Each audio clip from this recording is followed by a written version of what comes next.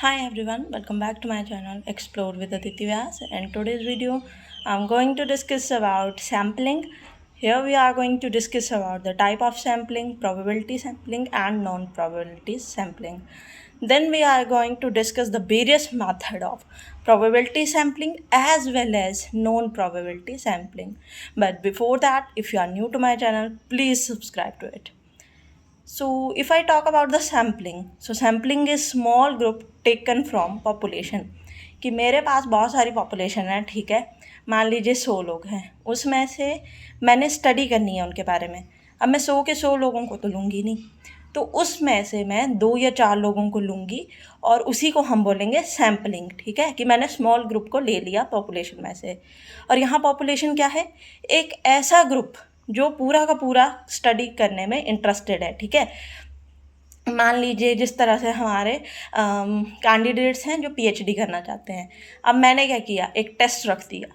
Test जो qualify करेगा सिर्फ वही हमारे पास क्या करेगा, पीएचडी करेगा, बाकी नहीं करेंगे. ठीक है, तो ये क्या है, बहुत सारी पॉपुलेशन थी जिसमें से एक स्मॉल ग्रुप हमारे पास आ गया और इसको सैम्पलिंग बोलते हैं. बट सैम्पलिंग में क्या होता है कि प्रोबेबिलिटी और नॉन प्रोबेबिलिटी दो टाइप्स रहते हैं इसके. ठीक है, अगर मैं सैम्पलिंग की बात करूँ, the act, process or technique of selecting a suitable sample from large population is known as sampling. ठीक है, अब पहले हम डिस्कस कर लेते हैं प्रोबेबिलिटी सैम्पलिंग कि जितने भी मेंबर हैं पॉपुलेशन के, ठीक है, उन सबको चांस है सिलेक्ट होने का, इक्वालिटी मिल रही है.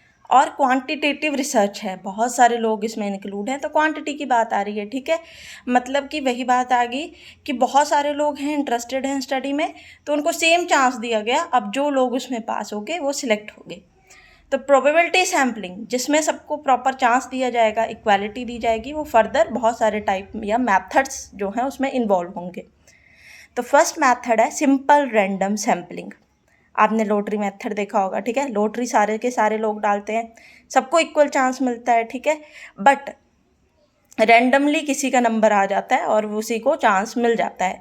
तो वही होता है सिंपल रैंडम चांस सैम्पलिंग में, कि रैंडमली सिलेक्ट करेंगे किसी भी पीपल को पॉपुलेशन से और सबको इक्वल चांस मिला होगा. लॉटरी मेथड या किसी बॉल में आप चिट्स रख लो, सारी एक ही साइज़ की होंगी, आप उसमें से एक को उठाओगे, चांसेस क्या हैं, सबके बराबर हैं, किसी को भी उठा सकते हो. Then systematic sampling. ठीक है, कि सैम्पलिंग में क्या करता है रिसर्चर, रेगुलर इंटरवल के बाद ही पॉपुलेशन में से लोगों को उठाएगा कि एवरी nth इज चूजन. ठीक है, जैसे 3 थर्ड नंबर वाला उठाया, फिर 6, फिर 9, फिर 12. अब उसको क्या पता कि 6 पे कौन है, 9 पे कौन है, 12 पे कौन है. एक प्रॉपर रेगुलर इंटरवल दे दे के फिर उठाया जाएगा. ठीक है, तो इसमें भी क्या होगा, सबको इक्वली चांस मिलेंगे. देन स्ट्रेटिफाइड सैम्पलिंग, इसमें क्या होता है, रिसर्चर पॉपुलेशन को डिवाइड कर देगा, लेकिन डिवाइडेंस कैसी होगी, होमोजीनियस ग्रुप. होमो मीन्स सेम. ठीक है, जो सेम ग्रुप के होंगे. अब एग्जांपल देखो, ए और बी जो हैं वो हमारे पास कोई ग्रुप है. ठीक है, ये क्या है, सेम है, ए भी है, बी भी है. अब ए में क्या है, हमारे पास मेल है, बी में फीमेल है. तो रिसर्चर ने क्या किया, होमोजीनियस ग्रुप बना दिए, जो मेल वाले थे वो अलग कर दिए, बी फीमेल वाले अलग कर दिए. अब इन दोनों ग्रुप में से वो रेंडमली किसी को भी पिक कर लेगा, चूज़ कर लेगा. ठीक है, उसके बाद आता है क्लस्टर सैम्पलिंग. क्लस्टर सैम्पलिंग में क्या होता है कि हिट्रोजीनियस करेक्टरिस्टिक्स आते हैं. हिट्रो मीन्स डिफरेंट, कि ए बी सी मेरे पास 3 तरह के ग्रुप हैं. अब जो रिसर्चर है उसने क्या किया, किसी भी ग्रुप को उठा लिया. अब उसमें क्या पता मेल थे, फीमेल थे, कुछ भी था. ठीक है, उनमें से किसी भी एक ग्रुप को उठा लिया. तो जब वो एक साथ थे तब तो वो डिफरेंट ग्रुप थे, लेकिन जब एक ग्रुप को पर्सनली उठा लिया गया तो वो कैसे हो गए, सेम ग्रुप हो गए. ठीक है, तो ये तो आगे प्रोबेबिलिटी सैम्पलिंग के मेथड.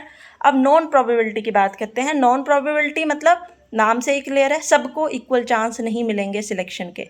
अगर सबको इक्वल चांस नहीं मिलेंगे तो कहीं ना कहीं ये क्वालिटेटिव हो जाएगी, कम लोग इन्वॉल्व होंगे. तो क्योटा सैम्पलिंग इसमें सबसे पहले आती है, मतलब कि कुछ फिक्स नंबर डिसाइड कर लिए होते हैं और उन्हीं से डाटा को कलेक्ट करना है. कि मान लीजिए मुझे मेरी स्टडी के लिए मेल चाहिए जो 50+ होंगे, तो 50 के बिलो वाले मैं नहीं लूँगी, फिक्सेशन है. ठीक है, इक्वल चांस नहीं मिल रहा है. देन जजमेंटल, एग्जाम्पल के थ्रू समझेंगे कि एक टीचर को मैं बोलती हूँ 5 स्टूडेंट क्यूज के लिए सेंड करो, तो टीचर उन्हीं 5 स्टूडेंट को भेजेगा पूरी क्लास में से जो उसको लगता है कि बेटर है.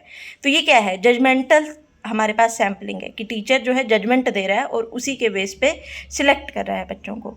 देन स्नोबॉल सैम्पलिंग, चेन तरह की, मतलब चेन बन जाती है इसमें एक तरह की, कि मान लो मैंने कोई 2 परफॉर्मर ले लिए, 2 फिक्स परफॉर्मर है, उनको मैं बोलूँगी कि रेफरेंस दो अपनी, और वही पर्सन मैं फ़र्दर स्टडीज़ के लिए ले लूँगी। अब वो 4 जो हैं वो फ़र्दर मुझे रेफरेंस देंगे और इसी तरह से एक चेन बन जाएगी। सबको चांस नहीं मिलेगा, जो प्रेफरेंस मेरे पास आ रही है, ठीक है, जो वो लोग सजेस्ट कर रहे हैं, मैं उन्हीं के बेस पे अपनी स्टडी कर ले रही हूँ। कन्वीनियंस सैम्पलिंग, एक्सीडेंटल सैम्पलिंग भी बोल सकती हूँ कि मैंने अपने बेस्ट फ्रेंड का ही सर्वे कर लिया, या मान लो मैं किसी पर्टिकुलर प्लेस की हूँ तो मैं दूसरे प्लेस पे नहीं जाना चाहूँगी, मैं उसी प्लेस के लोगों के साथ सैम्पलिंग कर लूँगी। तो इससे क्या हो गया, बाकी जो दूसरे एरिया के लोग थे उन्हें चांस नहीं मिला। तो इसमें जो है इक्वालिटी नहीं है, प्रोबेबिलिटी में बिल्कुल इक्वालिटी है। So this is all about sampling. I hope आपको बहुत अच्छे से समझ आया होगा। Thank you for watching, stay connected.